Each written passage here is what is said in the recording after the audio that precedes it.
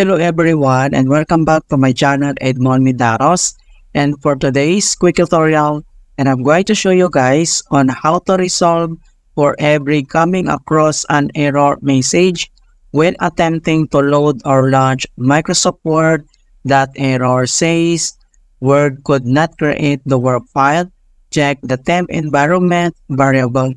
Kung paano ba natin ito i-fix, and without further ado, and let's go ahead.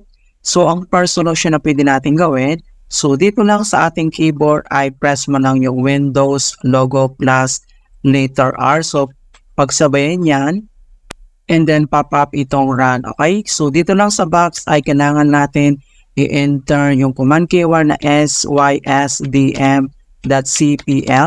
So, i-type mo lang yung command keyword na sysdm.cpl, and then i-click mo lang dito yung OK.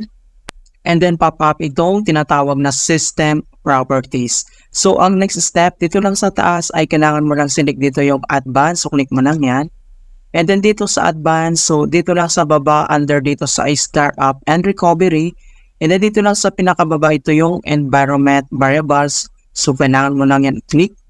And then pop up itong environment variables. Okay, so makikita mo dito na dalawa yung ating variables, user and then yung system variables.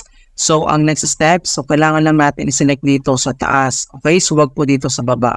So, kailangan mo lang i-click tong new. So, click mo lang yan. And then dito sa new user variable, and then yung variable name ay kailangan lang natin itong i-rename. So, ilagay natin dito yung percent user profile percent. And so, kailangan mo lang i-type dito yung percent user profile percent, so one word yan. So dito sa variable value ay kailangan lang natin itong i-rename. So makikita mo dito mga kaibigan itong C and then colon and then backslash and user. Ito yung ilalagay natin and then yung username natin. Okay, so gayahin lang natin yan.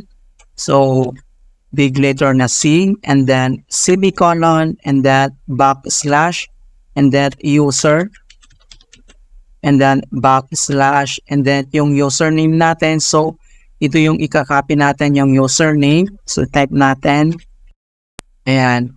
So ilagay mo lang dito yung C na big letter semicolon backslash user and then backslash username, and then i-click mo lang dito yung OK, and then click mo lang dito yung OK, and then next i-click mo lang dito yung OK. So after dito, so ang next solution na pwede natin gawin, so dito lang ulit sa search menu, and then dito sa search for apps. So type mo lang dito yung CMD, or ito yung tinatawag na command prompt. So kailangan mo lang mag-right click, and select mo lang dito yung run as administrator. If you receive user account control, and then click mo lang dito yung yes.